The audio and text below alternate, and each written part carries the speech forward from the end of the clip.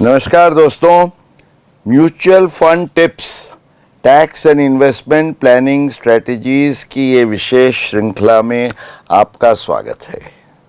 और आज हम इस सीरीज़ का रेनबो पूरा करने जाने वाले हैं, क्योंकि हमारी ये 7वीं श्रेणी है।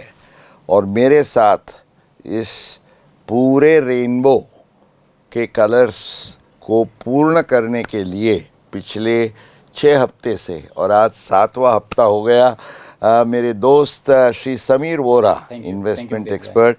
समीर भाई, ये रेनबो हमने पूरा किया और हमारा ये रेनबो हमारे दर्शकों को बहुत पसंद भी आया, इसकी हमें बड़ी खुशी है। तो जैसे आप जानते हैं, हमारे सब दर्शक मित्र भी जानते हैं कि हमने म्यूचुअल फंड्स के निवेश के अलग अलग पहलू, ख़ास तौर से इन्वेस्टमेंट के नज़रिए से और उससे भी आगे टैक्स के पॉइंट ऑफ व्यू से क्या लाभालाभ है, कैसे आप उसको इफ़ेक्टिवली टैक्स प्लानिंग कर सकते हैं, टैक्स की बचत कर सकते हैं, ये सब हमने देखा। Equity funds, date funds. आज हम एक विशेष सब्जेक्ट जो है आर्बिट्राज फंड्स, और इसके साथ साथ कई बार आप इंटरनेशनल इक्विटी है या गोल्ड सिल्वर के ETFs हैं, माना जो स्ट्रिक्ट सेंस में आपको इक्विटी लग भी सकते हैं, नहीं भी लग सकते हैं, पर उसका टैक्सेशन क्या है और उसके इन्वेस्टमेंट की क्या खूबियां हैं म्यूचुअल फंड के पॉइंट ऑफ व्यू से, उसके बारे में बात करेंगे। तो आज आपके लिए ही पहला मेरा सवाल है कि एक जिसको हम कहते हैं आर्बिट्राज फंड। हाँ, ये आर्बिट्राज फंड में म्यूचुअल फंड का जो यूनिट्स का निवेश है, ख़ास तौर से हमारे जो हाई नेटवर्थ इंडिविजुअल्स हैं, उसमें ये बड़ा लोकप्रिय है। हाँ, तो पहले हम दर्शकों को समझाए कि ये आर्बिट्राज फंड होता क्या है। बिल्कुल सर। तो अगर मुकेश भाई मैं आपको बहुत सिंप्लीफाई से समझाने की कोशिश करूं, तो आर्बिट्रेज का मतलब होता है कि मैंने कोई भी स्टॉक्स में इन्वेस्टमेंट्स किया हुआ है और उसका ही कोई फॉरवर्डिंग कॉन्ट्रैक्ट है 3 महीने वाला, उसको मैंने उसके सामने स्क्वायर अप करके रखा हुआ है। तो मेरी कोई ओपन पोजीशंस मार्केट में नहीं है। मीन्स के मैंने स्टॉक्स में इन्वेस्टमेंट भी किया हुआ है और उसको सामने 3 महीने के बाद मैंने बेच भी दिया हुआ है। जैसे हम लोग पहले वायदा बाजार बोलते थे, तो ये वायदा है वन काइंड ऑफ, कि 100 रुपये मैंने कोई चीज़ लेके रखी हुई और टाइम वैल्यू ऑफ मुझे मनी मिल उसकी 105 रुपये मिल रही है और 3 महीने के बाद मैंने वही कॉन्ट्रैक्ट 105 में मैंने बेच दिया हुआ है। तो जैसे ही 3 महीने के बाद उसका जब भी सेटलमेंट आएगा, दोनों प्राइस सेम हो जाएगी। जो 5 रुपया है वो मेरा अर्निंग हो गया। तो उस तरह से आप इक्विटी में निवेश करने के बाद भी ओपन कोई रिस्क या ओपन कोई आपकी पोजीशंस नहीं है, तो उससे सिर्फ और सिर्फ आपका जो इंटरेस्ट कंपोनेंट है उसके तकरीबन आसपास आपके रिटर्न्स जनरेट होते हैं। And though as per the SEBI criteria, SEBI definitions, course आपका जो निवेश हो रहा है 65% डोमेस्टिक इक्विटी में हो रहा है। जो आपका जो टैक्स ट्रीटमेंट उसके लिए जो ट्रीट किया जा रहा है वो आता है इक्विटी का। दैट मीन्स के 1 साल की अगर आपने पहले विड्रॉ किया तो 20% आपको लग रहा है और 1 साल के बाद आपने विड्रॉ किया तो 12.5% लग रहा है। तो जितने भी बड़े निवेशक हैं उनके लिए टैक्स आर्बिट्रेज वहाँ पे हो रहा है और कहीं पे भी उसकी ओपन पोजीशंस नहीं है। तो उसके केस में उसको एक सेफ्टी एंगल भी मिल रहा है और सामने सामने उसका एक रिटर्न भी जनरेट हो रहा है, जहाँ पे उसको टैक्स का बेनिफिट्स मिल रहा है। कहना ये है कि ये जो आर्बिट्राज स्कीम में हम निवेश करते हैं, क्योंकि हम जानते हैं कि इक्विटी में द प्रोस्पेक्ट्स ऑफ गेनिंग काफ़ी है, पर prospects of losing are equally there. तो जो रोलर कोस्टर राइड हमारे इक्विटी के इन्वेस्टमेंट में है, आपके कहने के हिसाब से आर्बिट्राज को भले टैक्स पर्पसेस से इक्विटी के समकक्ष माना जाता है। इक्विटी के जो टैक्स के नियम हैं उसको सब नियम लगते हैं, इसलिए it's a very tax friendly proposition. But आपके हिसाब से इसमें कोई रिस्क जो इक्विटी के साथ एसोसिएटेड है वो नहीं है। ये मैं समझ सकता हूँ। 110% मुकेश भाई, इसमें कहीं पे भी कोई भी आपकी ओपन इक्विटी की पोजीशंस नहीं है। अगर कल मार्केट अगर 2000 पॉइंट भी गिर रहा है तो इसमें आपका एक भी रुपए का एनएवी नेगेटिव नहीं हो सकती है, बिकॉज एनीवे वो आपने कहीं ना कहीं फॉरवर्ड पोजीशंस में स्क्वायर अप या हेज करके रखा हुआ है। तो जब भी आप कोई भी चीज़ हेज करके रखते हो तो कहीं भी आपका एटलीस्ट कैपिटल लॉस नहीं हो सकता है। तो लॉस नहीं होगा, ये खुश खबर है। But at the same time equity के कंपैरिजन में आर्बिट्राज में स्पेक्टेकुलर गेन्स, माना डबल डिजिट 12-15% के गेन भी होने की इतनी संभावना शायद नहीं है। Would it be correct to say that? 110% Mukesh भाई, कोर्स अगर ये आपको जो रिटर्न जनरेट करके दे रहा है, तकरीबन जो आपका मार्केट में टैक्स फ्री रेट्स रहता है, जो हम लोग उसको आरबीआई का रेपो रेट बोलते हैं, तो अगर आप 1 साल 2 साल 3 साल का भी अगर आप उसका पास परफॉर्मेंस देखोगे तो तकरीबन 7% के आसपास दिया हुआ है। बट अगर मार्केट का 3 साल का अगर आप रिटर्न चेक करने की कोशिश करोगे तो ऑलमोस्ट मोर देन 20% उसका CAGR है। तो यहाँ पे सिर्फ आपको जो टैक्स फ्री रेट्स है, जो गवर्नमेंट ऑफ सिक्योरिटीज़ के जो रेट्स होते हैं, उसके तकरीबन आसपास उसके रिटर्न्स मिलते रहते हैं। बहुत बढ़िया। तो इसका निष्कर्ष हम इस तरीके से हमारे दोस्तों को, दर्शकों को बताए कि अगर आप हाई टैक्स ब्रैकेट्स में हैं और इक्विटी के टैक्सेशन का, इक्विटी के पीरियड ऑफ होल्डिंग का आप लॉन्ग टर्म के लिए जो है, विशेष तौर से पहले तो 10% हुआ करता था, अब भी 12.5 है, which is not bad for a high net worth individual, कि जो अदरवाइज 30% में जा सकता है। तो उसके लिए ये एक अट्रैक्शन है कि without risk I can get a steady return. Correct, sir. तो उसके लिए दोस्तों ये arbitrage is very good investment, you can keep it in mind. And जैसे हम कहते हैं कि आप अपने पोर्टफोलियो को इवनली डिस्ट्रीब्यूट करते हैं, not all eggs in one basket, तो आपके पोर्टफोलियो में आर्बिट्राज का भी कुछ कंपोनेंट आप ज़रूर रख सकते हैं। बिल्कुल बिल्कुल।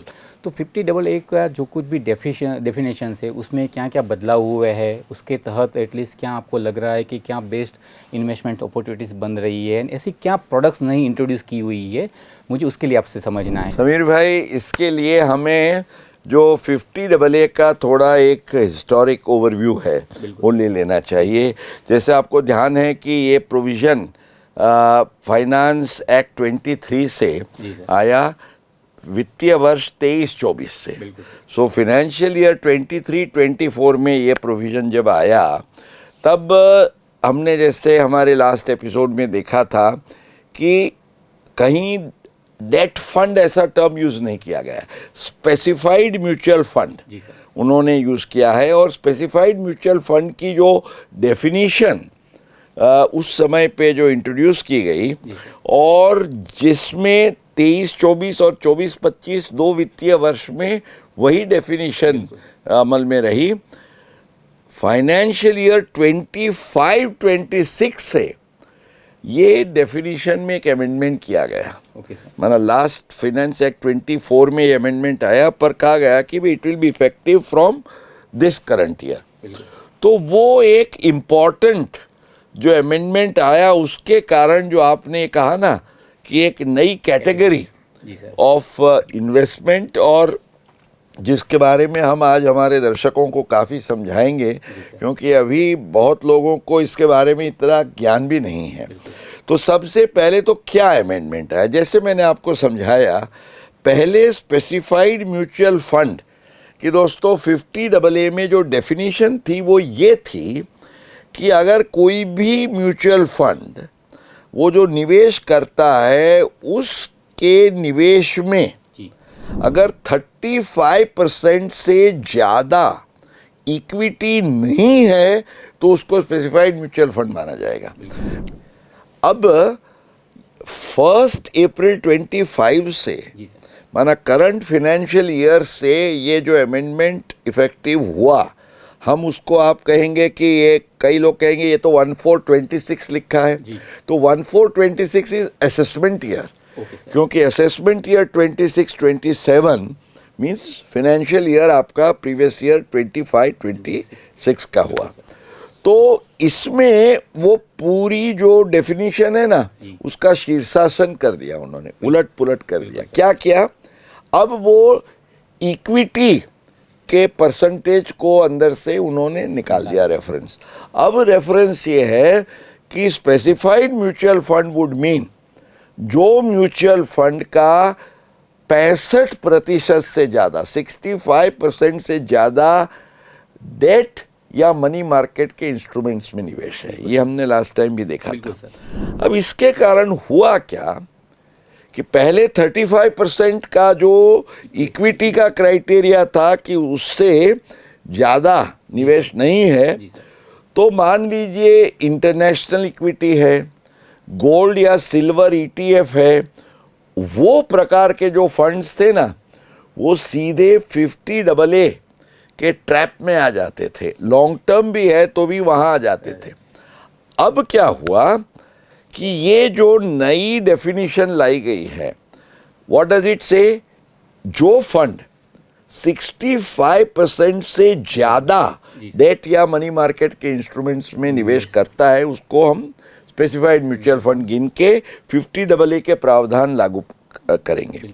अब मैं डोमेस्टिक इक्विटी के बजाय जो मेरे और एसेट क्लास है, माना इंटरनेशनल इक्विटी है, बिल्कुल सर, समझिए गोल्ड ETF, सिल्वर ETF और कोई क्लासिफिकेशन आता है एसेट क्लास का, तो वो सब इक्विटी भले नहीं है, 1% इक्विटी नहीं चाहिए डोमेस्टिक की। बिल्कुल मेरे और एसेट क्लासेस, अब क्या है कि गोल्ड और सिल्वर आज एक काफ़ी लुक्रेटिव इन्वेस्टमेंट हो गए हैं, इंटरनेशनल इक्विटी भी काफ़ी पॉपुलर हो गई है।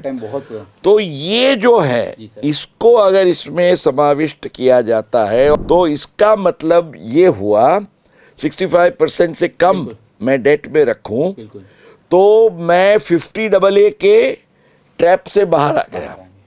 तो इस केस में क्या होगा, मैं 50AA में नहीं हूँ, 111A या 112A में तो जा नहीं सकता हूँ क्योंकि उसके क्राइटेरिया फुलफिल नहीं होते, STT भी नहीं लगता है।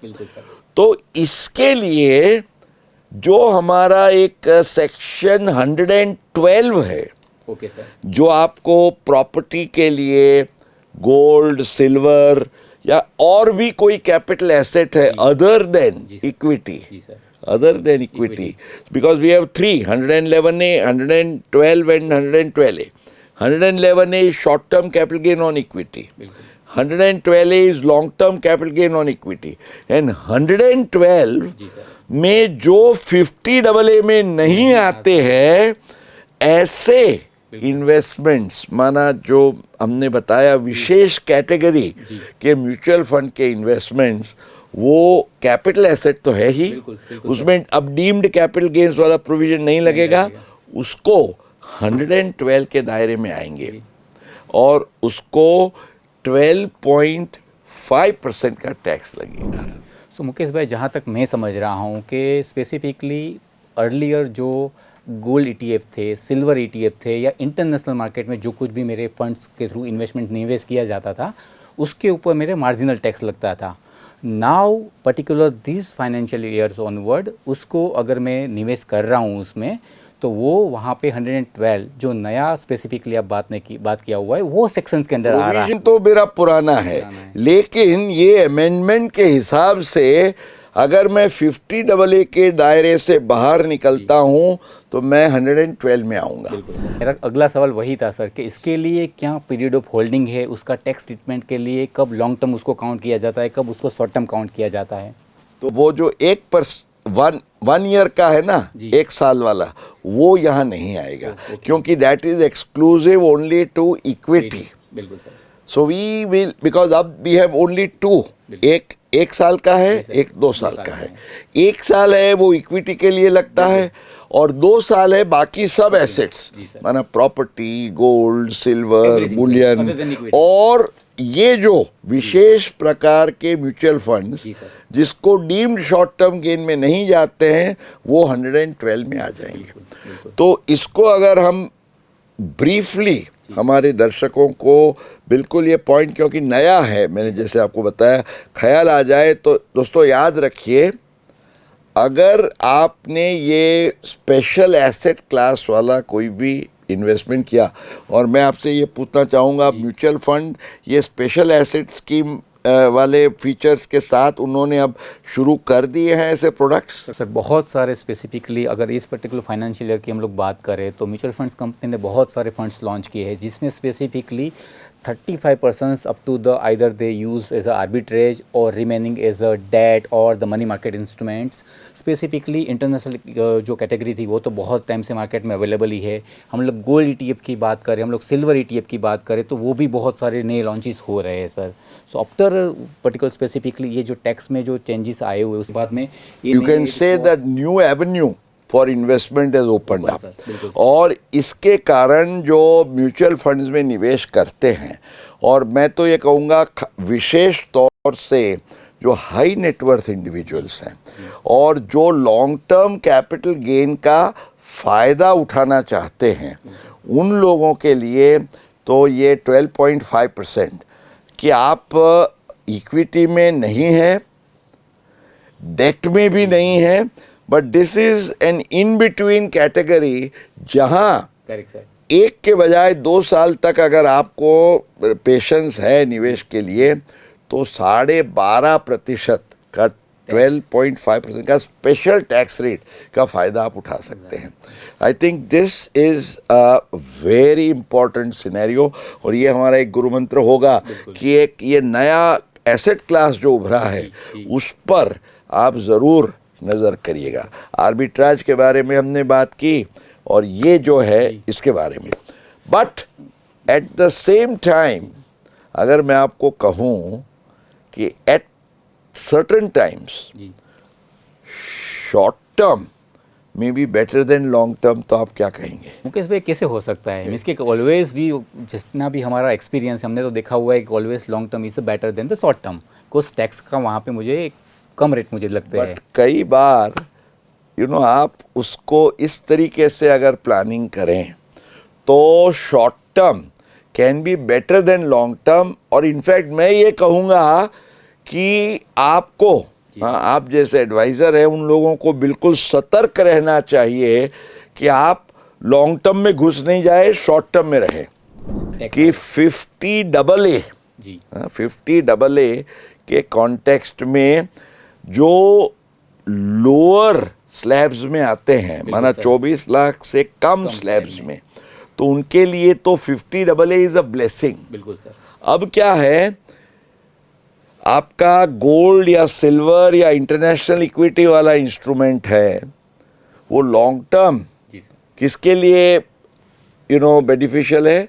अगर वो 12.5 के एवरेज रेट के ऊपर के रेट में है, माना 25, 30, 40, 50 लाख, 1 करोड़ 2 करोड़ में है, उनके लिए ये अच्छा है। अब ये छोटा इन्वेस्टर है, उसको क्या ध्यान रखना चाहिए? और मैं आपको एग्जाम्पल के साथ अगर समझाऊं कि ये लॉन्ग टर्म में नहीं जाना है और शॉर्ट टर्म में रहना है। किस कारण से? कि लॉन्ग टर्म में आप जाते हैं, 2 साल हो गए और लॉन्ग टर्म में गए तो आपका टैक्स का रेट कितना हुआ? 12.5 फ्लैट लग जाएगा आपको। अब समझिए कि आपका एवरेज रेट जी सर केवल 5% या 10% ही है। बिल्कुल। और जैसे हमने लास्ट एपिसोड में देखा था कि we have up to 24 lakhs तो आपको ग्रेडेड रेट के हिसाब से आपका एवरेज टैक्स रेट बहुत कम आता है। 12 लाख तक तो जीरो टैक्स है, क्योंकि रिबेट का भी फायदा मिलता है। 50 AA में है तो रिबेट का फायदा मिलेगा आपको। 112 में चले गए तो रिबेट का फायदा नहीं मिलेगा, क्योंकि स्पेशल रेट का टैक्स हो गया। तो इसको ध्यान में रखते हुए आपको क्या करना चाहिए? ये जो स्पेशल इन्वेस्टमेंट्स करते हैं तो हमारा वही प्रिंसिपल ऑफ टैक्स हार्वेस्टिंग कि 2 साल हो उसके पहले चर्न करके गेन निकाल के उस पर जो भी लोअर रेट का टैक्स या ज़ीरो रेट का टैक्स बनता है उसका फ़ायदा ले लीजिए। Get reinvested once again and continue the chain. तो हर 2 साल में आप साइकिल, उल्टी साइकिल, जनरली पीपल वांट कि हम लॉन्ग टर्म हुए और फिर हम बेचें। यहाँ हम शॉर्ट टर्म में जब तक रहते हैं तभी हम बेच के फायदा ले लें। बिल्कुल सर। तो ये सब होती क्या बातें टैक्स के लिहाज में हम उसके दायरे में बात करते हैं, कहीं खुशी है कहीं गम है। So you have to work out your strategies from that point of view. और यही काम समीर भाई हम हमारे पिछले 6 एपिसोड से करते आए हैं, हम म्यूचुअल फंड की tax and investment planning strategies. Correct sir. तो हमारे आज के वो गुरु मंत्र आपके साइड से बिल्कुल, क्या है सर? तो गुरु मंत्र में सबसे पहले तो हमने देखा जी सर। कि आप ये जो विशेष इन्वेस्टमेंट्स हैं उसको आप समझिए। बिल्कुल सर। आर्बिट्राज का भी ख्याल रखिए जो हाई नेटवर्थ इंडिविजुअल है तो, और इसके सिवा जी सर। जो ये पर्टिकुलरली इस फाइनेंशियल ईयर से जो आपका इन्वेस्टमेंट आया है उसको आप ख्याल में रखते हुए प्लीज़ इंश्योर कि आपको गोल्ड में, सिल्वर में, इंटरनेशनल इक्विटी में अगर इंटरेस्ट है बिल्कुल। तो go for it. If you are in the higher bracket long term के लिए बने रहिए, बिल्कुल। और अगर आप लोअर ब्रैकेट में हैं तो टैक्स हार्वेस्टिंग करके ये नियम याद रखिए कि at times even short term is better than long term. जो भी हो लेकिन म्यूचुअल फंड तो सही है।